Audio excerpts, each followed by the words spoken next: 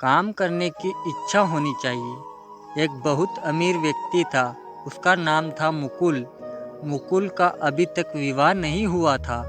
उसके माता पिता उसके लिए उचित कन्या की तलाश में थे।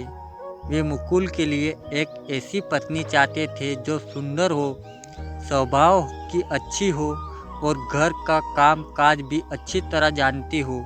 मुकुल के सभी कुछ भी मित्र थे जिनकी बहनें विवाह योग्य थी। वह अपने मित्रों के घर मिलने जाता था, ये पता लगाने के लिए कि उन लड़कियों का स्वभाव कैसा है। वह अपने वहाँ आने का उद्देश्य किसी को बताना नहीं था, क्योंकि यदि वह अपने आने का उद्देश्य बता देता तो उसे सच्चाई का पता नहीं चल पाता। एक दिन मुकुल अपने एक मित्र के घर गया। वहाँ पर बहुत सारा सूत रखा हुआ था। सूत उस धागे को कहते हैं जिससे कपड़ा बुना जाता है। उसने देखा कि वहाँ पर चरखा रखा था जिसने ढेर सारा सूत काटा गया था।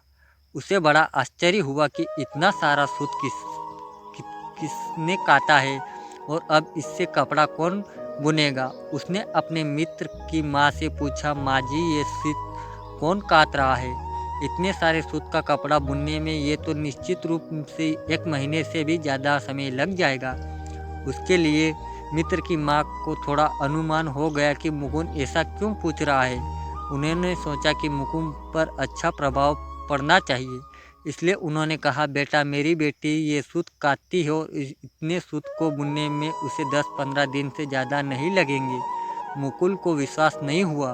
उसने उस समय कुछ नहीं कहा। जाते समय कोई उसे देख नहीं रहा था। उन्होंने अलमारी को चाबी सूत ठीक नीचे छाप दो। 1 महीने के बाद फिर उसी मित्र के घर गया। तब उसके मित्र की माँ ने उसे कहा अजीब किस्सा सुनाया। उन्होंने मुकुंद से कहा कि पिछले 1 महीने से उनकी अलमारी की चाबी नहीं मिल रही है। उन्होंने पूरे घर में ढूंढ लिया है लेकिन चाबी का कुछ पता नहीं चला। तब मुकुल उठा और उसने सूत का गट्ठर उठाया।